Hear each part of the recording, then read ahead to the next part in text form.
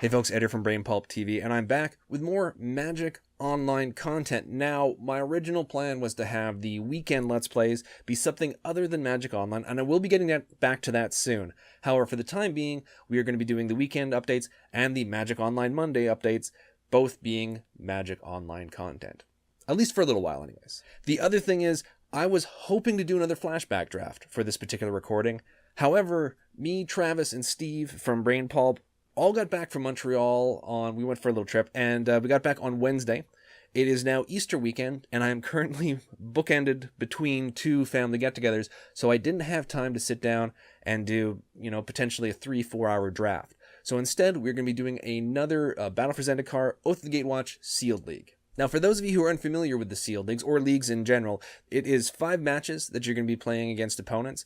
You get prizes depending on how many matches you win, with a minimum of 3 wins. Once you hit 3 wins, you're in the prizes. Once you hit 4 wins, you break even usually as far as your investment goes, plus you get a little bit of extra. And then if you get 5 wins, I think they name a card after you. That's not true, but you get a decent amount of prizes if you get 5 wins out of the 5-match league. Now, with a sealed league, unlike with draft, where you get to hand pick the cards as the packs are opened up and sort of build your deck on the go, sealed is 4 packs of Oath of the Gatewatch, 2 packs of Battle for Zendikar, and you have to make do with what you get out of those packs. So a lot of the time, you'll end up with some really, really good cards spread out over all of the colors. For example, with this one, I had some decent allies. I do not have enough allies in total, though, to make a decent ally deck. Whereas if I was drafting and I was going down that road, I would make sure I had enough allies to have at least a half-decent ally deck. So a lot of the times, you have to get a bit creative. For me, even though I really don't like playing 3 colors, in cons, it was not bad. But now with Oath, I try to avoid playing 3 colors if I can, especially if you're going to throw in colorless, because it's essentially like playing another color. So I didn't have enough, in my opinion, to go with just 2 colors, or 2 colors and colorless. So I am playing a 3-color deck, as well as colorless. Though I don't really need specifically colorless lands, like even though I was given 2 waste, which never happens when I have actual colorless cost creatures to play. I was given 2 wastes, but I only have a couple of activated abilities within my cards, and as well too, I have certain creatures which produce colorless mana anyways. So overall, I don't really need wastes, though I do have 1 in the deck, as well as a Ruins of Warren Reef, which I had in the previous Sealed League, I believe. So before I ramble on anymore, I'm not going to go through all the colors and all the cards like I had before, though you can see there's a couple here which are quite nice. Royal Spout, also my mouse cursor has disappeared, so I'm having trouble tracking down. There we go. Isolation Zone, it's a nice bit of removal. And the Undue Rising, which I don't know how other people value this card. I find it to be a very, very good card to have. It can create a very nice swing. As well in green, which I'm not playing, Nissa's Judgment. Very, very, very good card in my opinion. And there's some other goods. Embodiment Insight, I quite like. Saddleback Lagak, great. Netcaster Spider is a solid card. So there were these really great cards in both white and green. Unfortunately, I'm not playing white and green. I am playing a blue, black, red, colorless deck for the most part. And I will get into that deck right now. Okay, starting off by converted mana cost, we have Salvage Drone. We have Slip Through Space, which I typically don't play because it's not really done much more for me in the past other than draw a card. But in this deck, I actually, in the end, went with a Slip Through Space instead of a Sweep Away. I'll show you why in a second. So we have Sky Scourer, Slaughter Drone, one of the ones that requires colorless to activate. Something Special, Immobilizer Eldrazi, another one that requires colorless to activate. Reality Hemorrhage, nice little bit of removal. Captain's Claws, I really like Captain's Claws, especially in a sealed environment. Molten Nursery. Now, Molten Nursery is a card where I normally wouldn't play, but I have so much colorless here that I think this could be really useful. It's also one of the reasons why I decided to go with Slip Through Space instead of Sweep Away. We have Tar Snare, which is nice, a nice little bit of removable. Kozilek Shrieker, Cultivator Drone, Benthic Infiltrator. We have the Incubator Drone, Oblivion Strike, which is amazing removal. The only thing that would make this any better, obviously, is if it was instant speed, but it is not, so we make do with what we have, which is still a very good card. Maw of Kozilek. We have the Warden of Geometries, and not colorless, but still a decent card, and I needed to sort of round out my creatures in this deck. We have Shatterskull Recruit, which is a 4/4 for 5, but it has Menace. We have Boulder Salvo, which is good removal with the possibility of Surge as well, too. Another reason to have maybe a couple of cheaper cards on hand. Kozilek's Translator. We have the Avenger here, which is great when you can play out for Surge. Once again, we have some lower cost cards, so there's a very good possibility we could play this out for its Surge cost.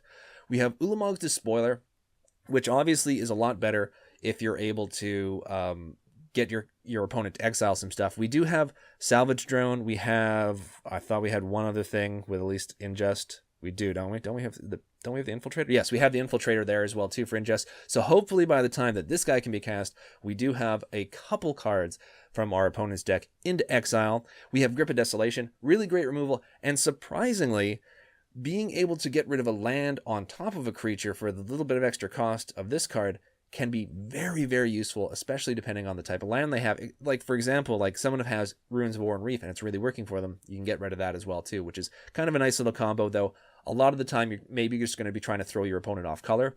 And we have Tyrant of Valakut, which has the Surge cost, and that's another reason why I went with Slip Through Space, because I figured there's a good chance I can get him out for Surge if I have some of these lower cost cards in hand as well too.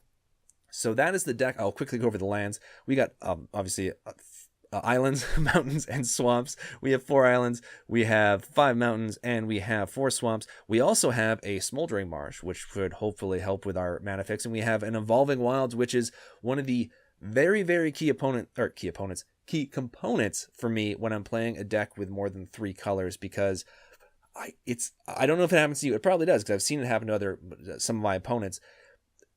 Nothing's more frustrating than needing that one remaining color to activate the rest of your deck and not get it. So Evolving Wilds is very, very good to have on hand. And we have the Single Waste. And I think I mentioned before, we have Ruins of War and Reef that will most likely be used mainly to put a +1/+1 counter on any of the number of colorless creatures we have here.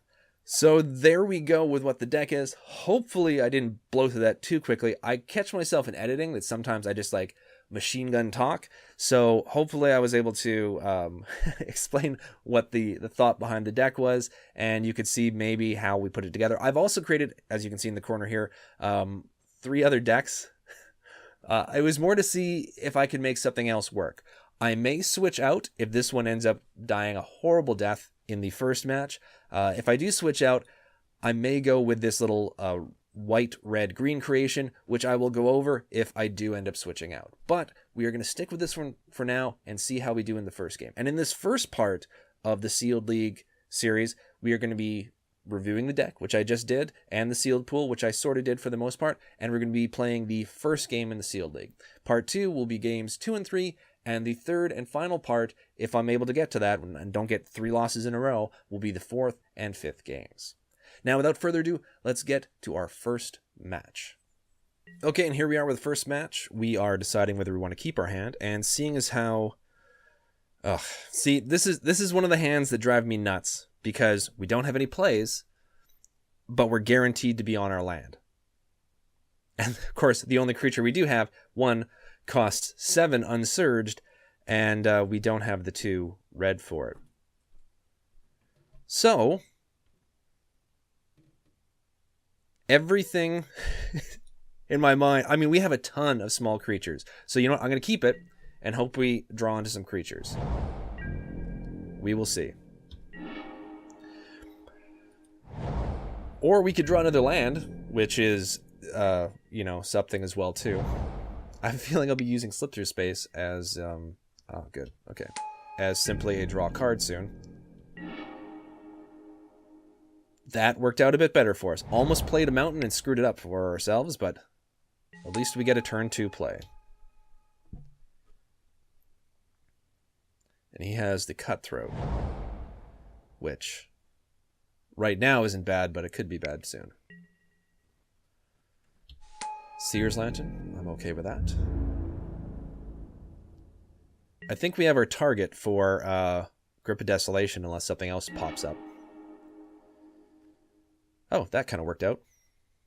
We don't have anything else to play it with, but we do now have the 2 reds we need to bring out the Tyrant, as well as a cheap cost, so maybe we can surge it out soon. But in the meantime, we're just going to swing it.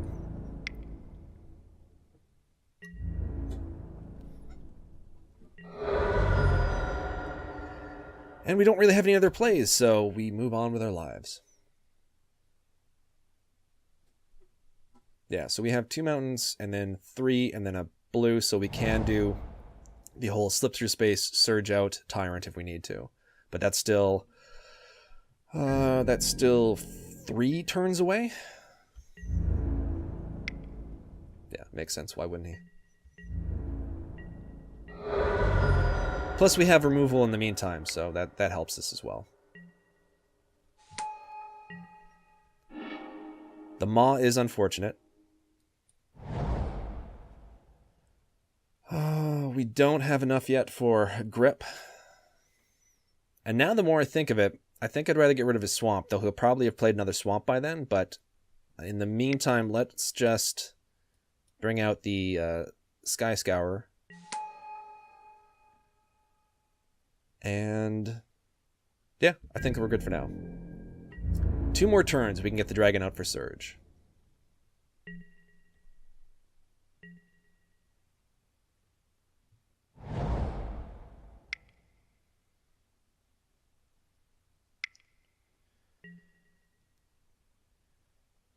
Well, that kind of sucks for us. The dragon can hit it, but we still 2 turns off from the dragon being able to hit it.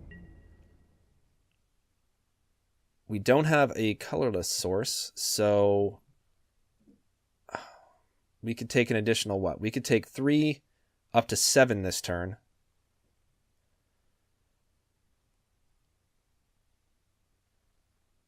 Do we want to take 7? Yeah, we'll take 7.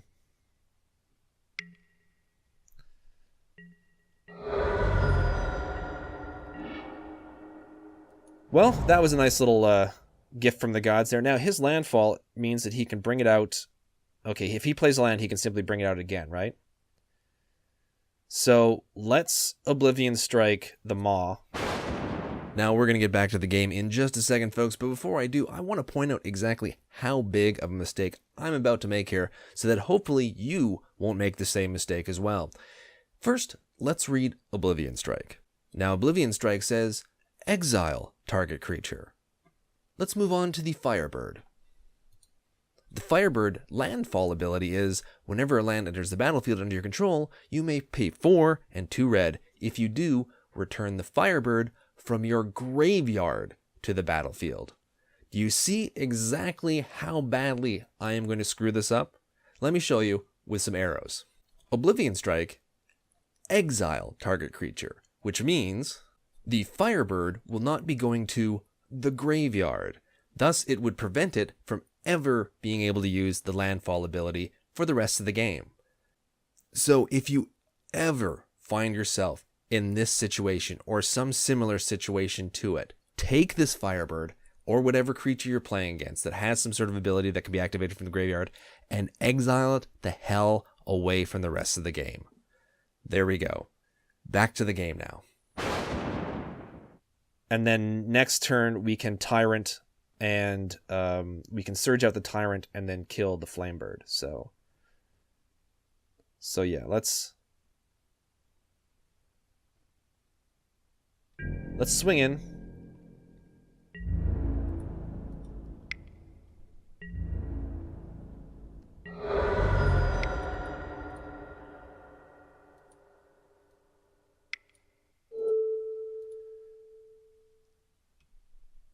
Yes, I realize now. Oblivion Strike. Probably wanted to cast that first.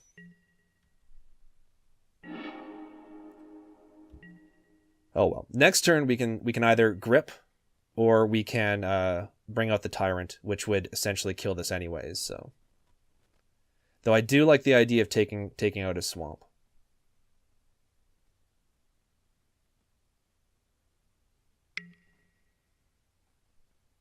Outnumber, okay.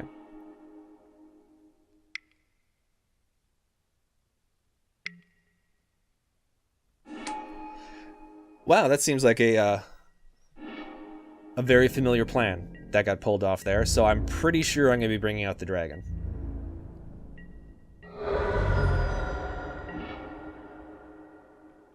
We've got lovely wastes, though we need to bring the mountain out. Wow, did I almost screw that one up.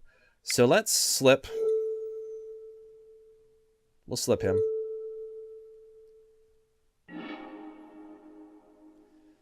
And add red. Cast a surge.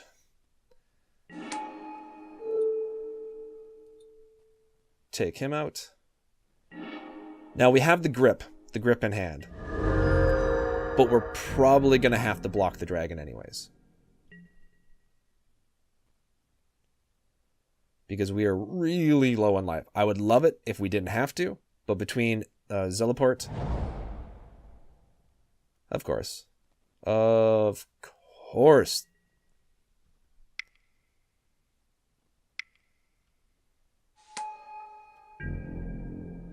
We are still going to have to block that dragon.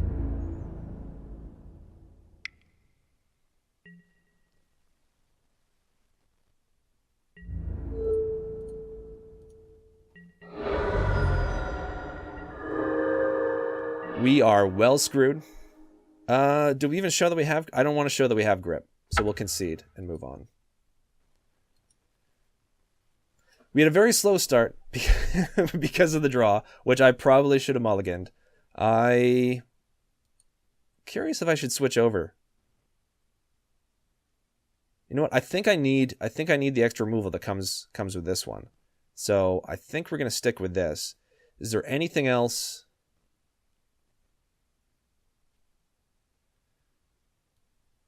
I do think I'm going to take out... No, not Grip of the Royal. I think I'm going to take out that Slip Through Space and put in a Sweep Away, which might be able to delay that bird for a bit longer. Not by much. It's got haste.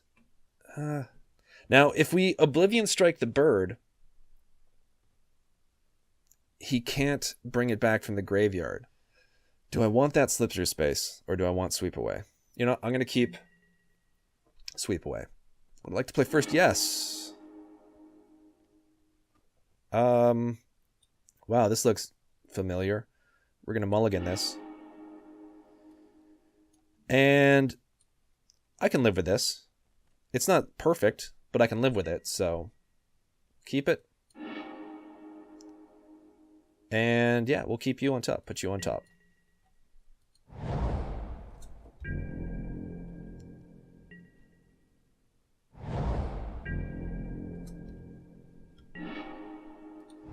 So we got to turn 2 of the Sky Scourer.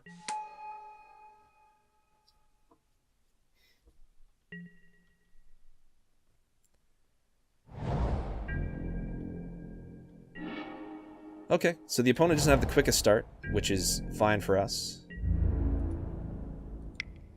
Then we can play Warden next turn. And then we'll probably have to cast the Avenger for its retail cost, which sucks, but it is what it is. We're missing our red sources, so Shatter Skull is not going to be useful for quite a while.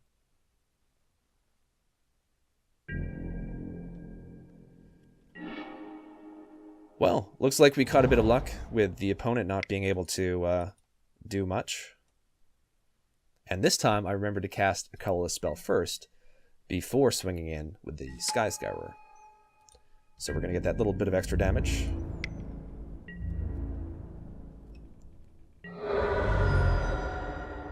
And then unless we get a cheaper cost card, we are probably going to be surging out the Avenger. That's okay with me. We're not surging out, we're probably going to be hard casting the Avenger, I should say. That's alright too. It's not super great, but we can live with it. Because I will make this trade, providing he doesn't have the removal, which I'm fairly certain he does.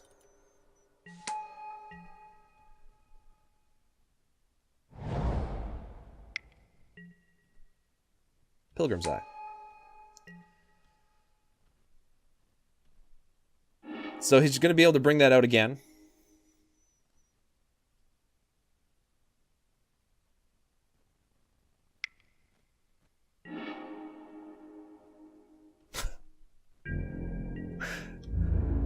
Man, has this guy had some amazing hands. And we're drawing nothing but land. Well, I need him to chump, so we're going to keep him up. Had some dismal hands here, folks. Not much we could do. Because this guy's got nothing but gas.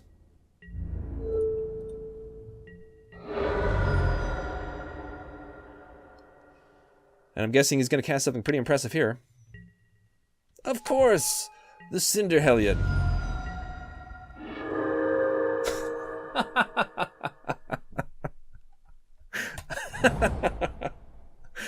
Oh, man. This is not good. This is so not good. Yeah, so we'll just see what he's got left in his hand, and this is going to be extremely quick.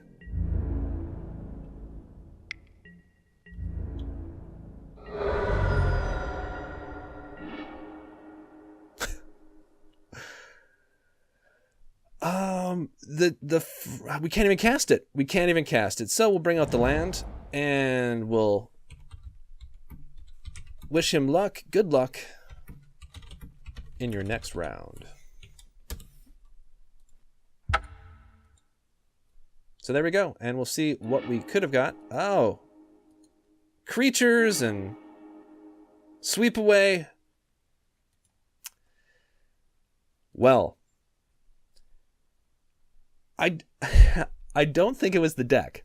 I don't think it was the deck. I think it was the fact that we got so much land and so little cast. That said, I may try some of these other decks. We got the white, blue, black colorless one, which is not horrible. It's not... I didn't think it was the strongest. Otherwise, I definitely would have went with it. We have the black, red, green colorless, which is, once again, not horrible, but I didn't think it was the strongest. But most likely, I think I may try the white, red, green, maybe? White, red, green has more allies, more of an ally synergy type of thing. It's got the Saddleback, it's got the Nissa's Judgment, it's got the Embodiment Insight, it's got bigger butts near the end. But I did not think it was the strongest. I still think the blue, black, red, colorless one is the strongest. But everything points to the contrary as far as that last game goes, or last match goes. So maybe we'll do better next time. We will see in the next match. In the meantime, though, thank you guys very much for watching. I hope you enjoyed watching me get my ass handed to me. If you have any questions, comments at all, please leave that in the comments section below. Otherwise, take care, everyone. Thank you so much for liking and subscribing. It means a lot to us here, and I'll see you all very soon.